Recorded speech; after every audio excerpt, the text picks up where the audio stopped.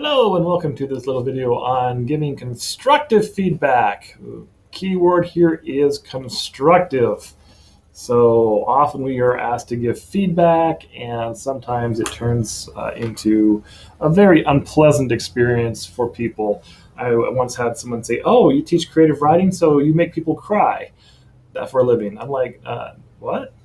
So, because writers tend to be very protective of their work, and sometimes when they get feedback, it can be very hard to hear. So there are some ways and some things, some tips that we can give feedback, which can help without necessarily causing any harm. All right, so let's move on. So constructive feedback.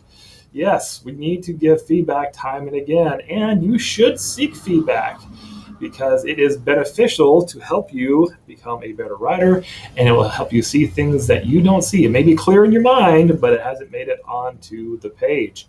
So feedback is important. Now, here's a couple of things you should not do. Over compliment.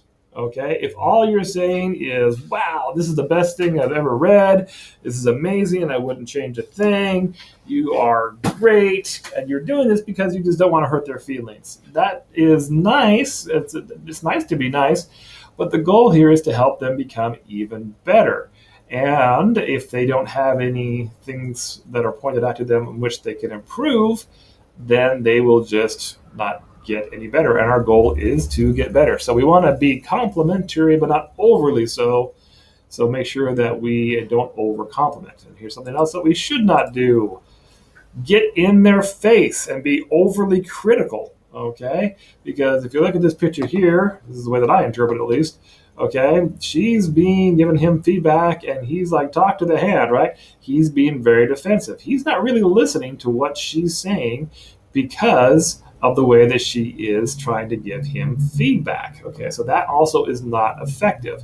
Okay, so we know not to be overly complimentary, and we don't need to be up in on their business and their face to the point where they get defensive. So what are some tricks we can do? Well, there is a magic word. Okay, you ready for this word? And it's a beautiful thing. The word "and." What? Feedback and the term "and." This is a great tip. A great tip. It says good tip. I'm going to say that's a great tip. Okay, well, what does that even mean? Well, let me give you an example. Okay, so let's say I had to give feedback on someone was writing something and I needed to get feedback on it. So this is how I can start off. Your insight on using dialogue and writing demonstrated some important elements, and using dialogue can also. So here I have acknowledged what they have done well. Okay, your insights, I've complimented them. I've noticed what they've done well. The word "and" then gives them more to think about. It's an additional part to what they have already done. So it's a positive thing. It's a positive thing. And then another thing that can be done to help with that is, I suggest referring to the craft element guide provided by the school for more information on dialogue and how it can help you.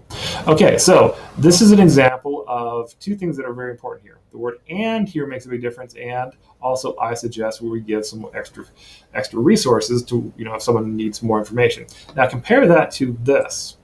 Your insight on using dialogue in writing demonstrated some important elements, but using dialogue can also. The word "but" here is basically says all the stuff that I just told you before. Yeah, just ignore that.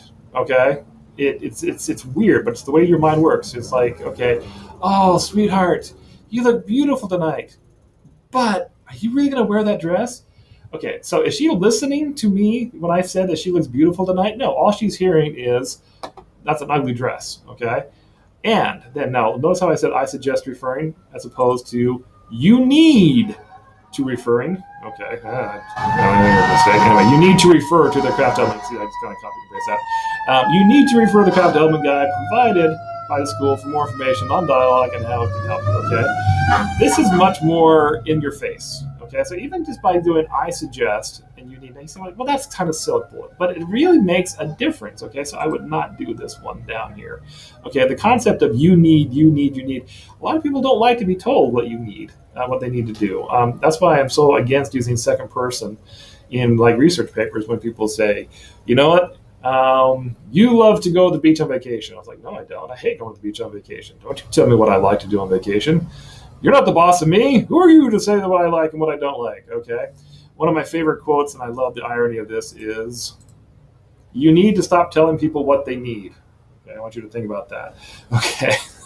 Because that comes across as very in your face and whatever. Make suggestions, make recommendations.